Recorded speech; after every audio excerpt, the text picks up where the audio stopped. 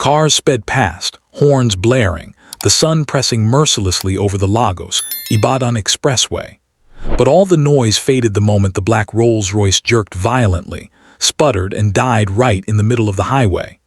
The driver panicked and swerved toward the shoulder, but it was too late. Traffic was backing up behind them, people shouting, buses swerving, and impatient drivers raining insults. Inside the back seat sat a woman in her early 40s, elegant, commanding, dark-skinned, and known across the corporate world as the type of boss whose presence alone could silence the loudest boardroom. Her name was Ms. Amara Thornton, the billionaire CEO and owner of Thornton Holdings, the very company conducting the final stage of interviews for a massive management position that same morning. And the man whose fate hung in the balance was not in the car. He was behind it. He appeared as nothing more than a struggling man in a faded brown suit, shoes dusty from walking in the heat, and a folder tucked under his arm. His shirt collar had lost its stiffness long ago, and the sun had drenched him in sweat. But his steps were quick and purposeful, because he was running late for the interview of his life. What nobody knew, not even the driver or the billionaire boss lady trapped in the Rolls-Royce, was that this man was only 25 minutes away from changing his life forever. It all began with a sound, a sudden screech, followed by the slamming of brakes, followed by a woman's sharp voice yelling from inside the luxurious car. "Why did you stop?" she demanded. "The engine just died, Ma," the driver stuttered. "It's overheating." "Do something." "I'm trying, Ma." Cars kept honking angrily. Passengers shouted out insults as they squeezed past. And that was when the faded suit man slowed his steps. He turned. His name was Daniel Odave, a soft-spoken, 32-year-old man with a calm face and eyes that held a quiet gentleness. His file contained his certificates. His pocket contained only enough transport money for the return trip. His hope contained everything else. He didn't know the woman in the car. He didn't know she was a billionaire. He didn't know she was the owner of the company he was rushing to. All he saw was distress. The driver had stepped out, packing helplessly around the hood, while other motorists yelled at him to move the spoilt luxury car out of the road. Daniel could have kept walking. He could have looked the other way. He could have said, "Let me not waste time, my interview is more important." But something heavier pulled him back. He swallowed, hesitated, then walked toward the car. "Good morning," he said, his voice steady but soft. "Can I help?" The driver gave him an irritated glare. "Olga, please face where you are going. This is not your business. I don't even know what is wrong with it." Daniel didn't move. "Open the bonnet, let me check." From inside the car, Ms. Amara looked up. Her eyes met his through the tinted window, eyes that, even hidden behind dark sunglasses, held authority enough to silence a room. She sized him up instantly. A dusty man in a faded suit, sweating, probably jobless. Someone who had no business near her Rolls-Royce. But just when she was about to dismiss him, the engine released a loud puff of smoke.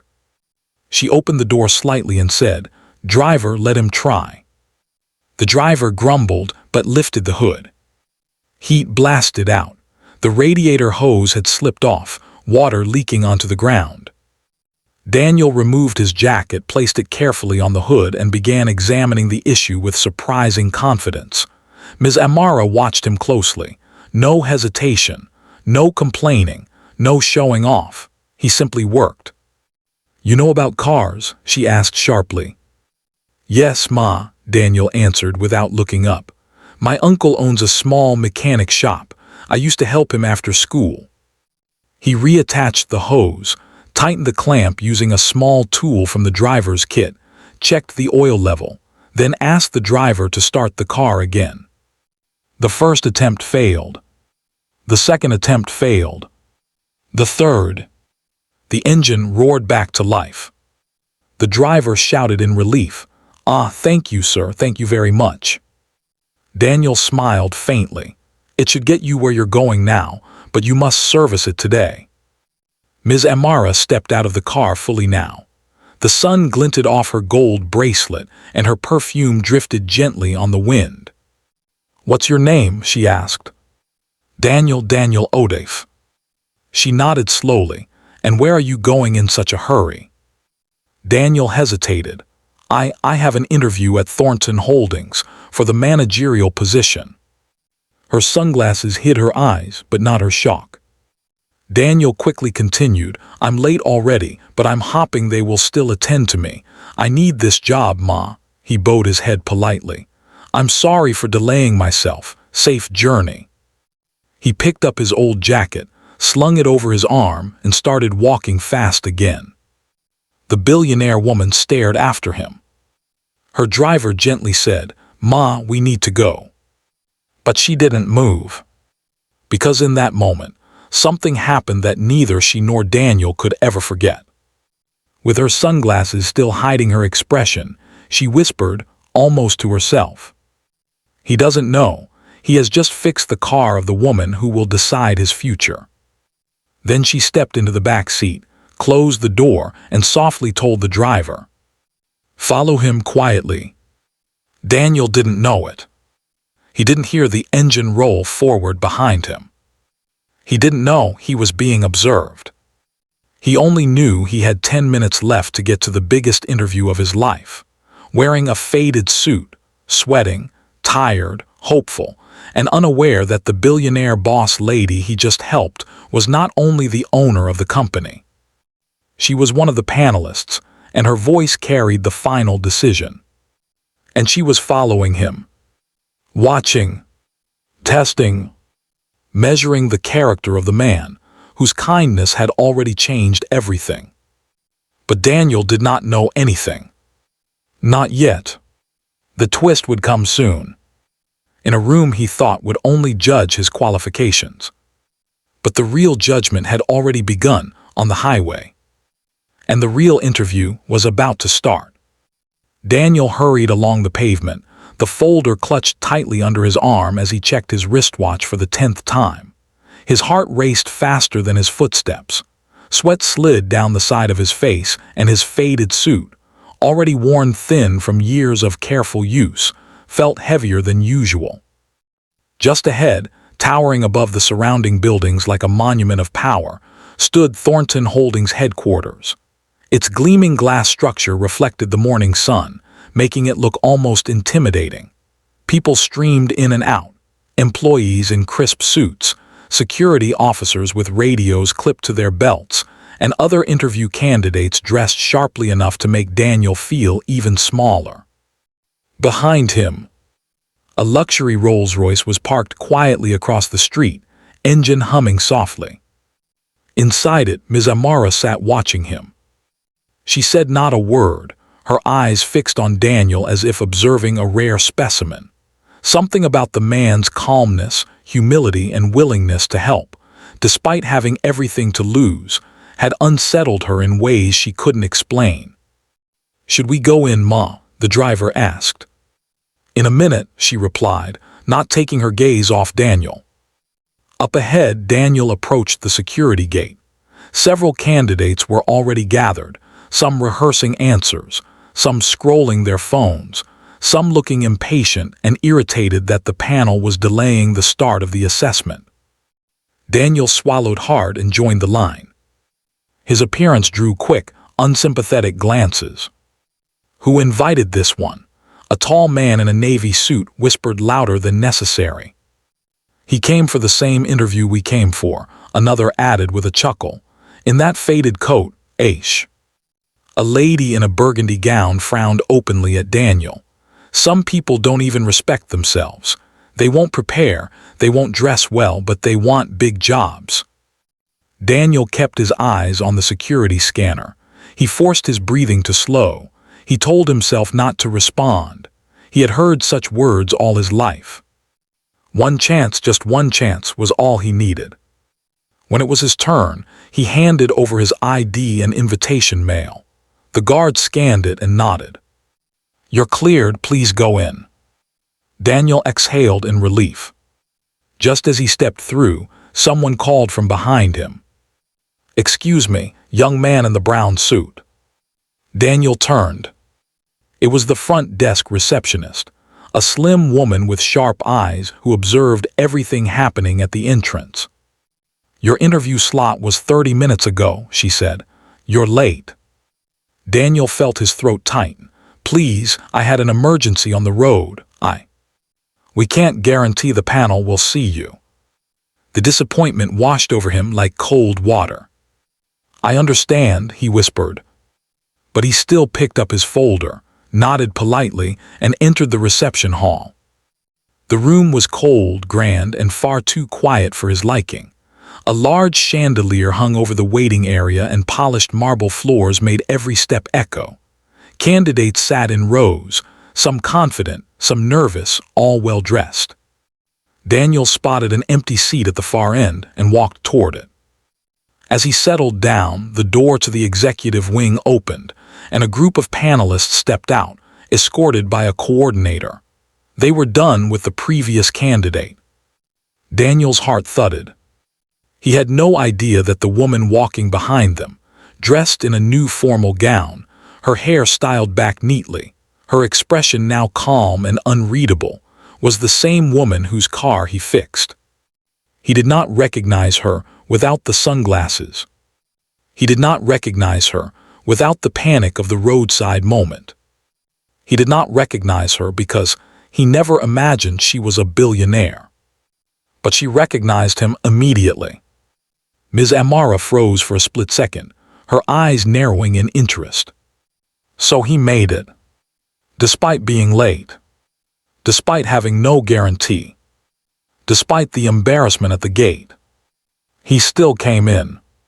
The coordinator whispered something to the panel, and they entered the conference room again.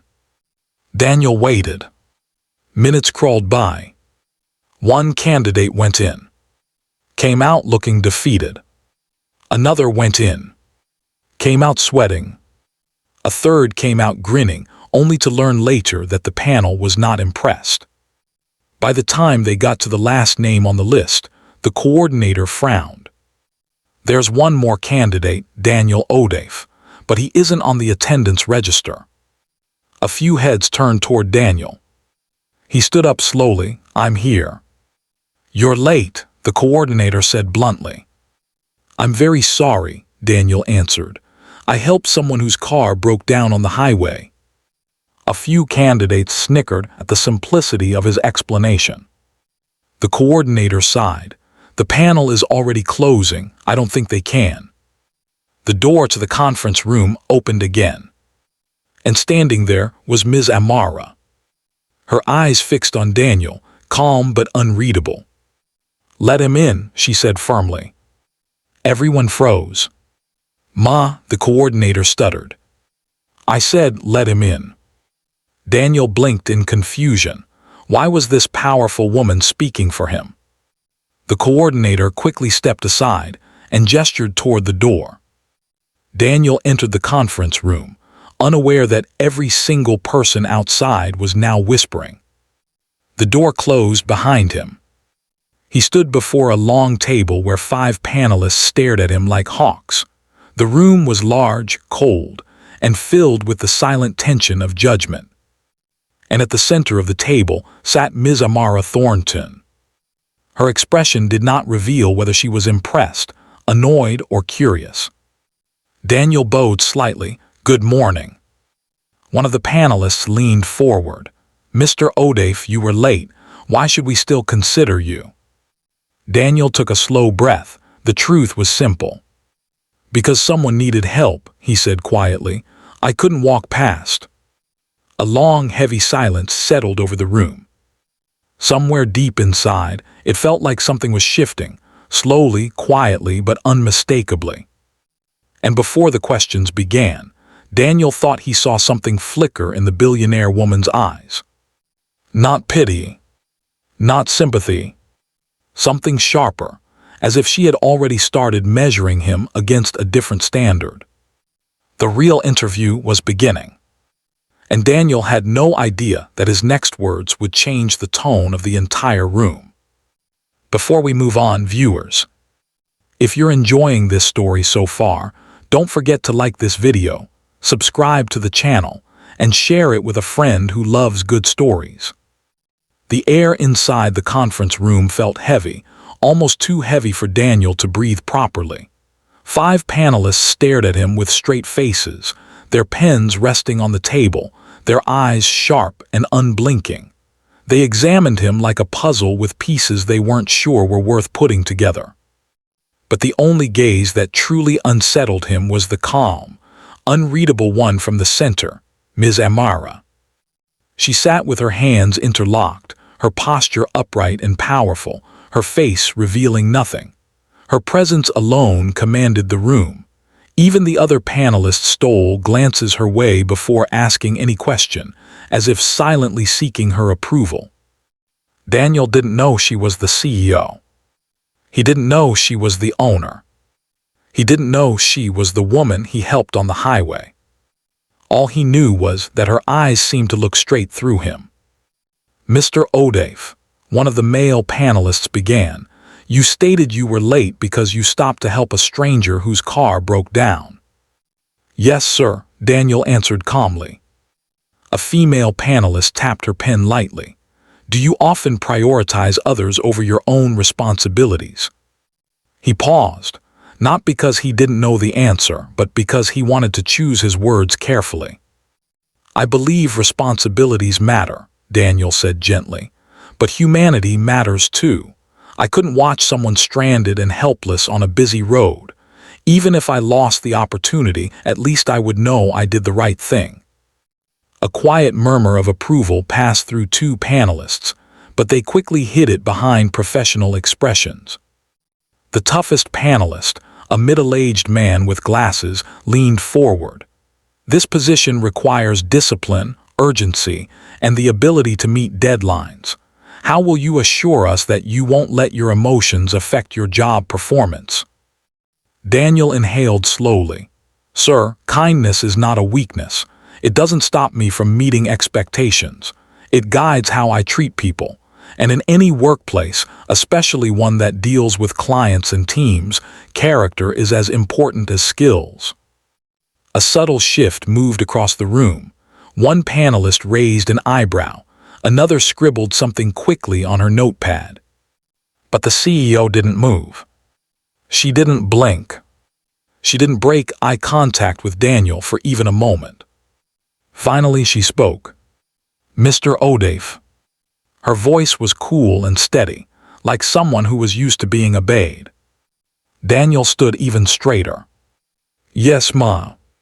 "What made you confident enough to approach the broken-down vehicle?" she asked.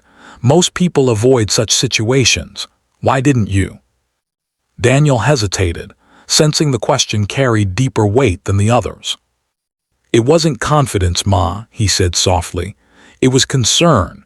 Anyone could have been inside that car, a mother, a child, someone rushing to an emergency. I didn't know, I just felt responsible to help." Her eyes narrowed slightly, not in anger but in interest, as though she were measuring the sincerity behind his words. "And your suit?" she asked. Daniel blinked. "Ma." She leaned back a little, her gaze steady. "You adjusted your jacket before working on the car. Why?" The question stunned the room. Even the other panelists exchanged confused looks. Why would she notice such a small detail? Daniel glanced at his faded brown suit, one he had ironed carefully the night before, praying it would look good enough. "I didn't want it to get dirty because it's the only suit I have," he answered truthfully. "But helping was more important, so I removed it." A silence fell again. Not judgmental. Not dismissive. A thoughtful silence. The CEO lifted her pen and tapped it once against the table, so lightly that only Daniel noticed. The man with glasses cleared his throat. "Let's move on to your qualifications." For the next 20 minutes, the panel grilled Daniel, his experience, his previous jobs, his problem-solving skills, his management approach, and how he would handle pressure. He answered each question honestly, thoughtfully, and without trying to impress unnecessarily. When the final question ended, another hush settled over the room. "Thank you, Mr. O'Dave," one panelist said. "Please wait outside while we deliberate." Daniel bowed slightly, gathered his folder and walked out of the room. Inside the conference hall, all the other candidates stared at him, some confused, some irritated, some suddenly curious because they had never seen a panel summon someone who arrived late. Daniel breathed deeply as he sat down. He felt exhausted, confused, but also strangely peaceful. He had said his truth, and that was all he could offer. Behind the closed doors, the panelists immediately turned to the CEO. "So," one asked. She didn't answer at first. She rested her elbow on the arm of her chair, fingers gently touching her chin, deep in thought. One panelist spoke quickly. "He's honest, but his background is not impressive." "His experience is average," another added. "He lacks the polish we expect," the man with glasses said. But the female panelist who had been scribbling leaned forward. "He has something rare, character, and the way he answered emotional questions without being shaky or pretentious, it shows strength." Another panelist nodded, yes, and sincerity. The CEO finally looked up. Her voice was unusually soft. "Daniel fixed my car this morning." The room fell silent instantly. "You saw him?" one asked. "He didn't know who I was. He didn't know the car belonged to me. He saw a problem and stepped forward when others ignored it." She paused, folding her arms. "And that," she said slowly, "is the kind of person who builds trustworthy companies." The panelists stared at her in shock. The man with glasses frowned. "Ma, are you suggesting—" "I'm saying," she interrupted, "that kindness is not something you can train, but competence can be trained. Loyalty can be nurtured, but character, true character, is formed long before any company hires you." She stood. "Call him back." Outside, the door opened. The coordinator stepped out. "Mr. O'Dave," she called. Daniel rose quickly, heart pounding. "Come in, the panel has made a decision." Every candidate turned to look at him. Some jealous, some curious, some whispering. Daniel wiped his palms on his trousers, steadied his breath, and walked toward the door. But just before he reached it, just before he touched the handle, the CEO's voice echoed from inside the room. "Let him in."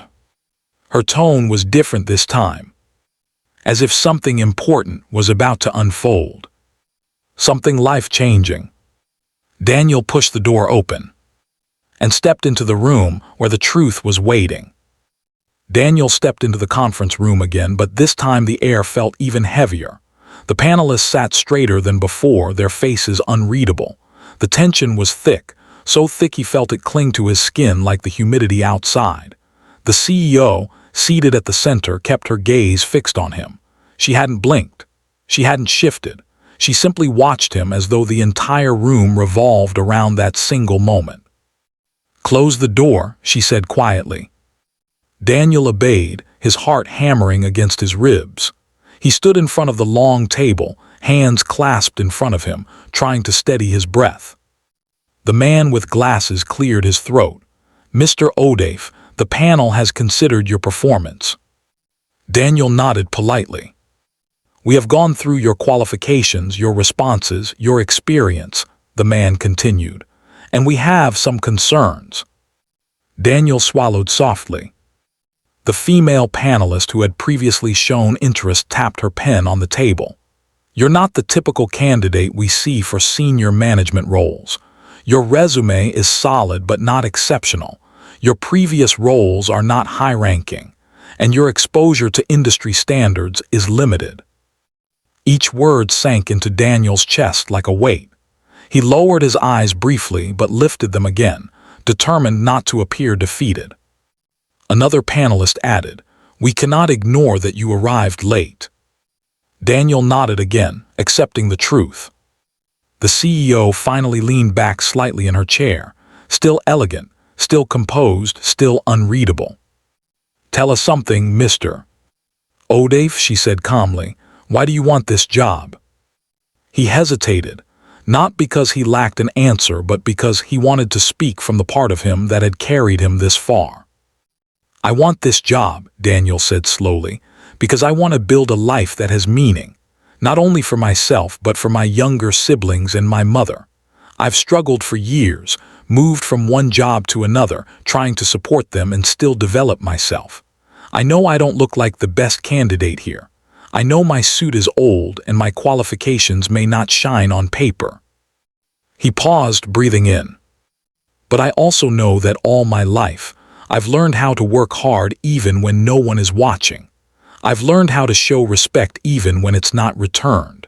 And I've learned to be kind, not because I expect anything from it, but because it's the one thing I refuse to lose." The room fell silent. Even the man with glasses lowered his pen. Daniel let the silence settle before adding softly, "If you give me this opportunity, I won't pretend to be perfect, but I will show up, fully, every single day." The female panelist's expression softened. Someone exhaled quietly. Another sat back, as if seeing him differently for the first time. But the CEO remained still, too still. She studied Daniel for another long moment before finally speaking. "Mr. O'Dave," she began, "have you ever led a team before?" "Yes, Ma," he replied, "twice, at my previous company, though the teams were small." "And how did you handle conflicts?" "By listening first," he said, "then solving the problem, not the person." She nodded slowly, then tapped her pen again, a sign the panel now recognized as her thinking. Finally, she folded her hands on the table.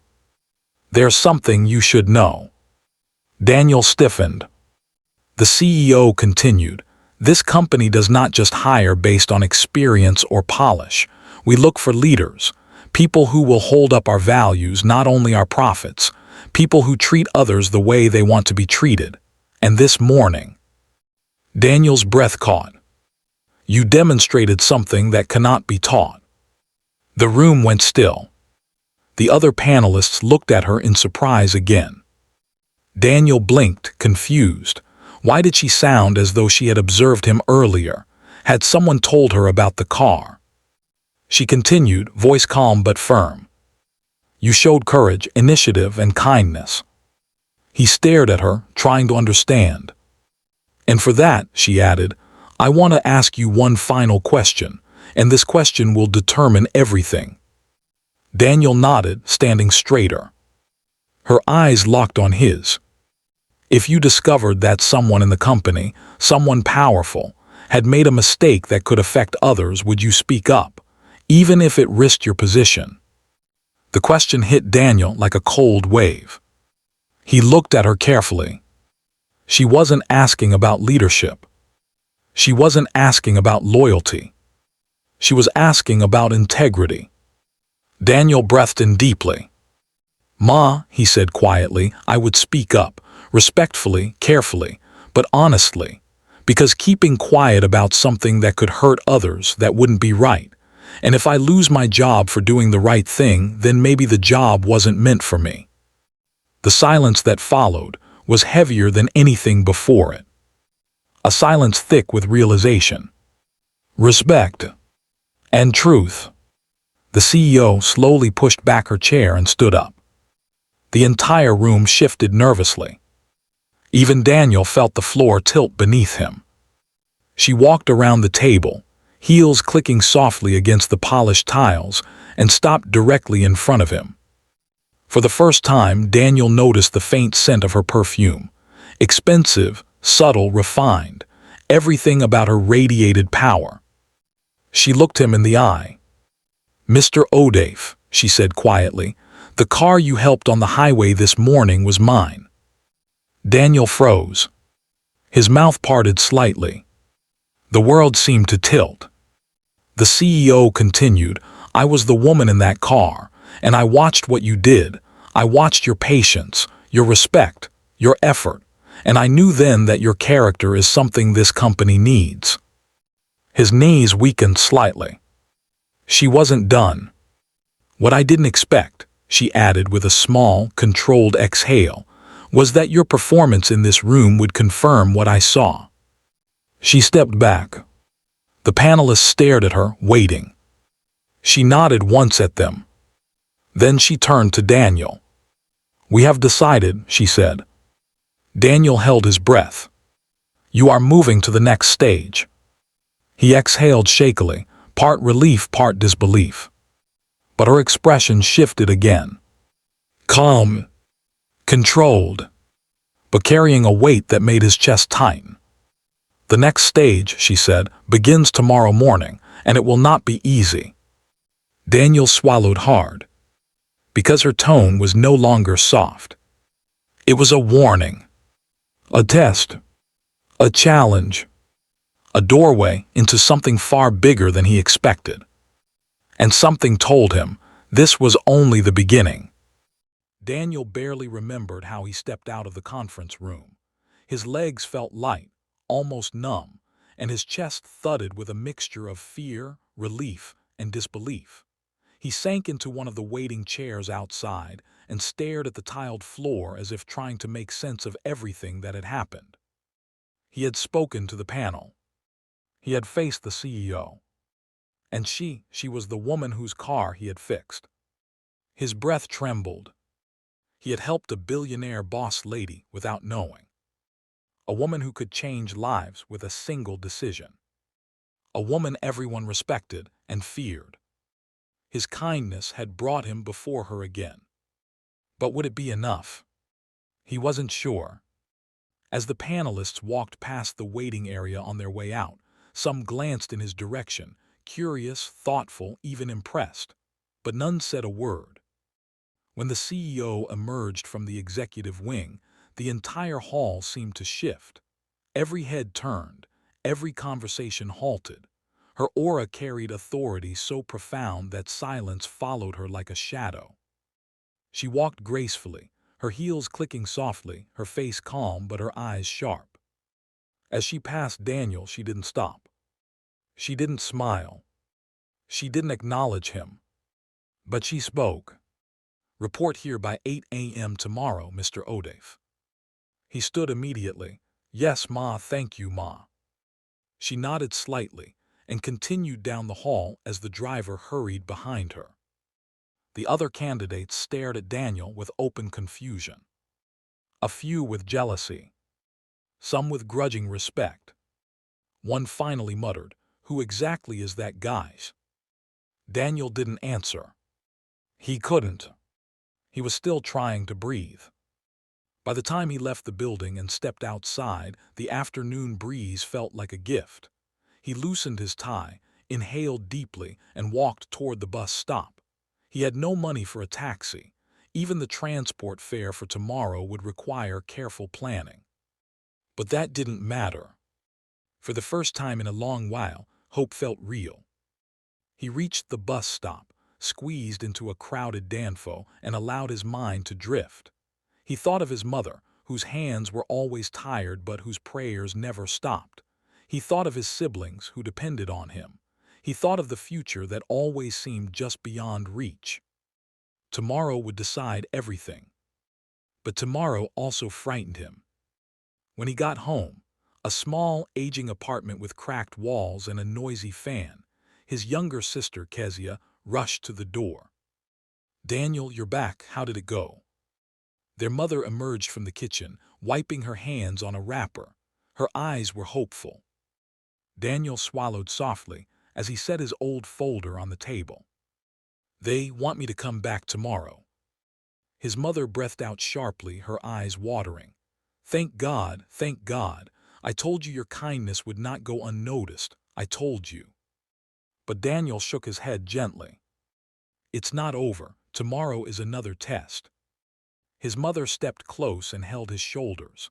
"My son, listen to me. Opportunity doesn't always arrive dressed in gold. Sometimes it comes wearing challenges so that only the brave can hold on to it. You be brave." He nodded, hugging her. That night he ironed his faded suit carefully, pressing each wrinkle as gently as if smoothing out the worries in his heart. He shined his shoes until the old leather reflected light. He set his documents in order, packed them neatly, and whispered a short prayer. Morning came quickly. He hardly slept. At exactly 7:10 a.m., he arrived at Thornton Holdings. The security guards recognized him this time and didn't give him trouble. He signed in, waited quietly, and watched employees rush to their departments. By 8 a.m. sharp, he was escorted upstairs.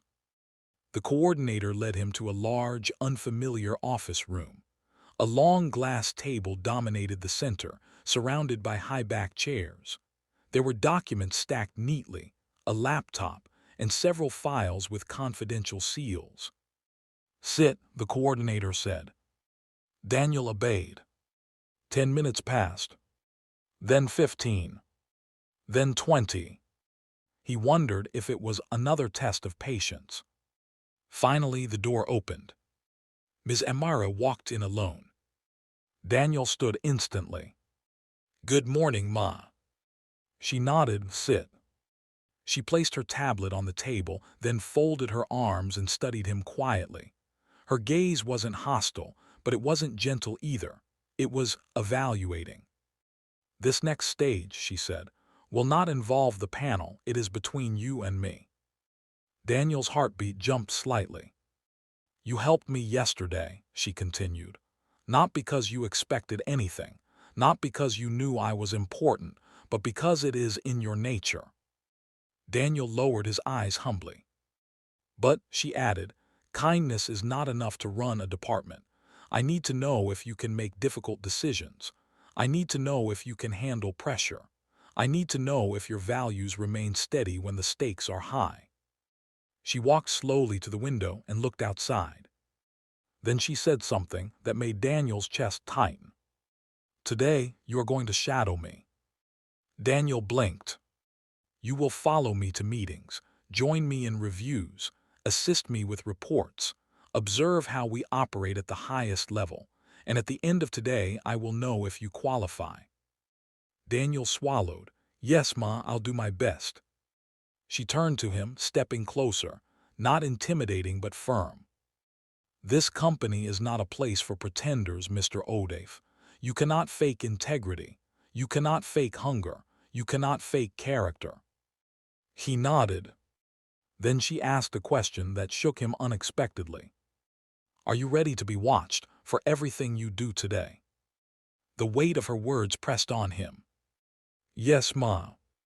"Good," she said, "because kindness opened the door for you." She stepped aside, gesturing for him to rise. "But competence will decide if you get to stay." Daniel stood, nerves tightening. The day ahead would be long. Difficult. Possibly overwhelming. But he walked toward her determined. Whatever happened today would shape his future. And he knew, deep inside, that this wasn't just an evaluation. It was the moment his entire life had been preparing him for.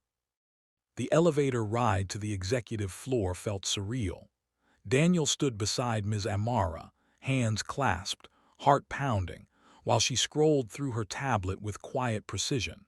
She did not look at him, yet her presence filled the space with so much authority that Daniel felt it press against his skin.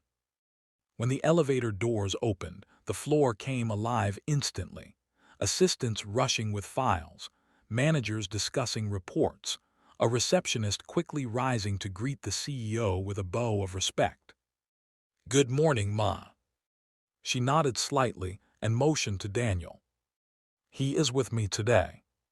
That one sentence froze people in place. Whispers started instantly. Managers exchanged looks. Assistants tried not to stare. Who was this man? Why was he walking beside the CEO? And why did she say it in that tone? Daniel kept his eyes front, refusing to be distracted. "Follow me," she said softly. He did. Their first stop was the executive conference hall, a room of polished wood, bright lights and glass walls overlooking the city. Top-level managers were already seated, tense and alert. As soon as they noticed her, every person stood. "Good morning, Ma," they chorused. She took her seat at the head of the table. Daniel stood behind her at a respectful distance until she said, "Sit beside me." A ripple of shock passed through the room. He obeyed quietly, aware of multiple pairs of eyes scanning him from head to toe. The meeting began. It was intense. Numbers, projections, deadlines, performance issues, the type of business discussions Daniel had only ever read about in articles online. Yet he listened carefully, absorbing everything. Halfway through the meeting, a heated argument broke out between two managers over a failed project. Voices rose, tension thickened, and the CEO's calm expression hardened. "Enough," she said. Silence dropped like a stone. She turned toward Daniel. "Mr. Odafe, you have observed both sides. What do you think?" Daniel nearly choked. All the managers turned sharply toward him. He had not expected to speak, much less to be asked to give an opinion in a room full of professionals far more experienced than him. He swallowed. "Ma," he began carefully, "I think the disagreement is valid, but I also think the argument is not about the project, it's about blame." The manager stiffened. He continued slowly. "From what I heard, the real issue wasn't addressed. The communication between both teams broke weeks ago, so the result we're seeing now was predictable." The room went dead silent. Even the managers he indirectly called out stared at him, stunned.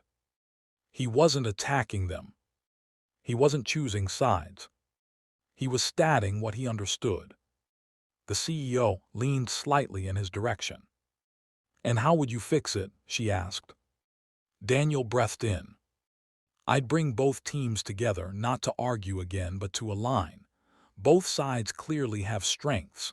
The project failed, but the partnership does not have to. If they understand each other's pressures, they can rebuild trust. Then future targets will be clearer and more realistic." The room exhaled collectively.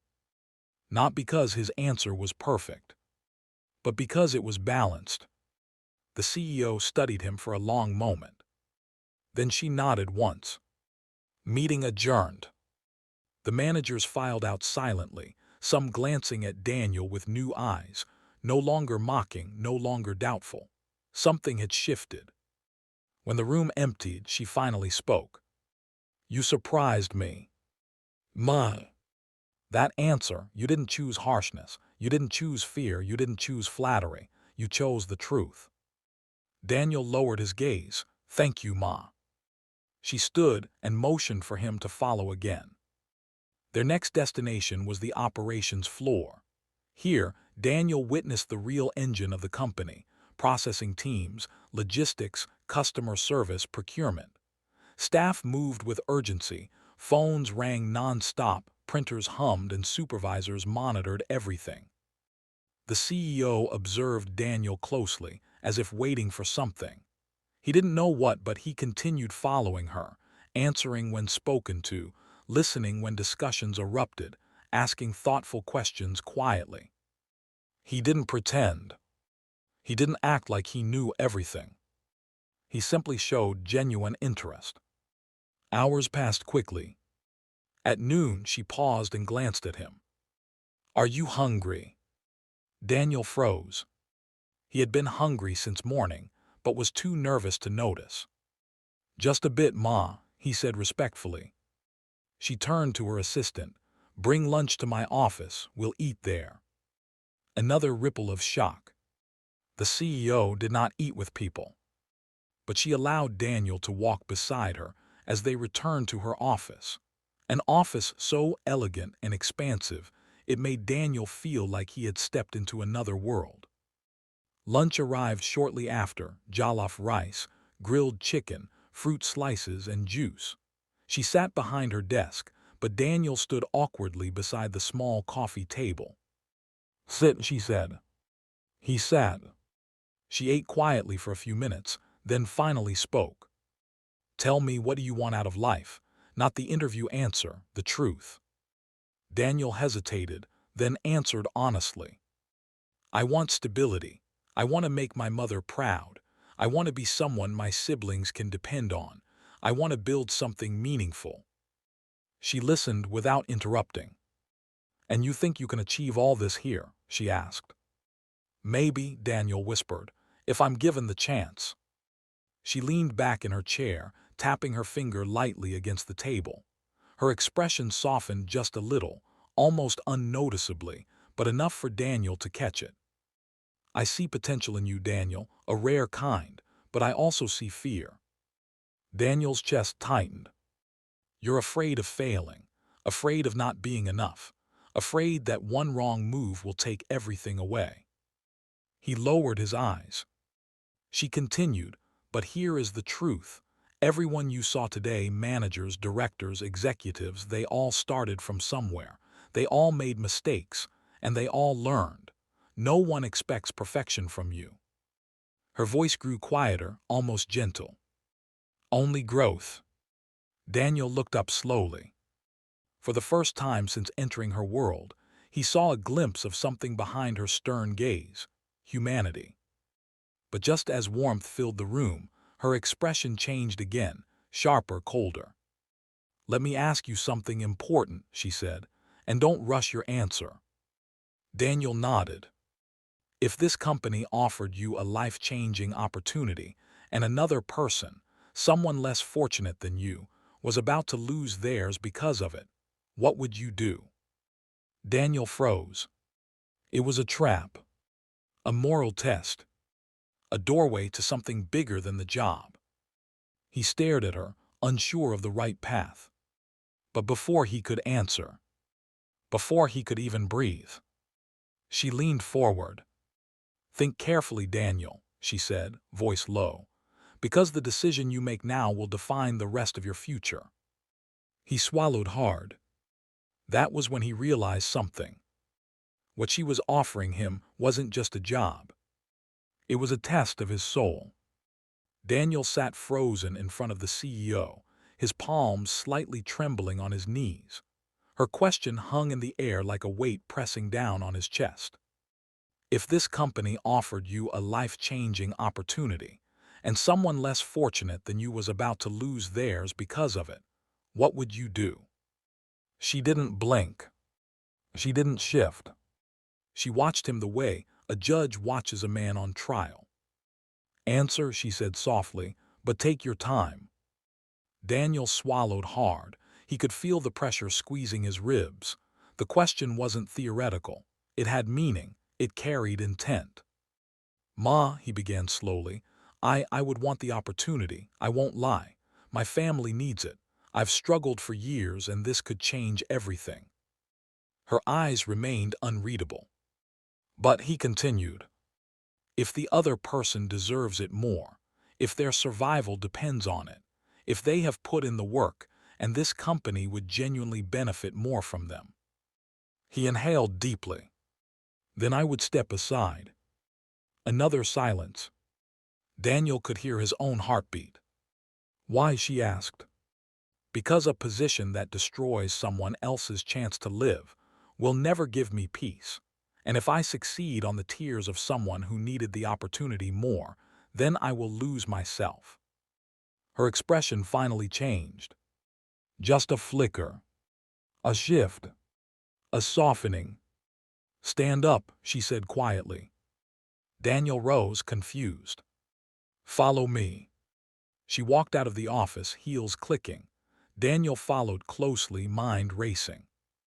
She didn't speak as they rode the elevator down 3 floors. When the doors opened, they stepped into a smaller administrative wing. A young woman in her 20s sat at a desk, typing slowly but attentively. Her clothes were worn, her shoes old, her hands trembling slightly as she worked. Good morning, Ma, the woman said, startled. The CEO stopped in front of her. Your name? Ada, Ma. Come with me. Ada blinked. Me. Yes. She followed them into a small meeting room. The CEO turned to Daniel. "This is Ada," she said. "5 years ago, she was homeless. She came here for a temporary cleaning job. She had no money, barely any education, and no one willing to help her." Daniel's chest tightened.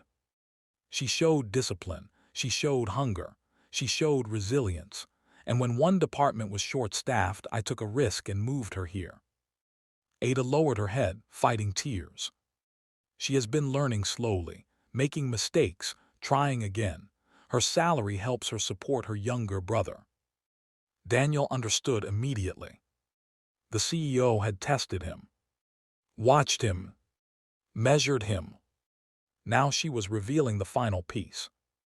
"Ada has been shortlisted for the same position you interviewed for," the CEO continued carefully. "Her performance is rough but promising. Yours is more refined, more mature. If I choose you, she goes back to an entry-level role. If I choose her, you return to job seeking." Daniel's heartbeat slowed painfully. So this was the test. The CEO folded her arms. "Tell me the truth, Daniel. After everything you've been through, everything your family needs, everything you want for your life." She stepped closer. "Should I choose you?" The room felt like it was shrinking. The air felt heavy. The silence felt endless. Daniel looked at Ada. Her eyes were full of fear. She wasn't pretending. She wasn't competing.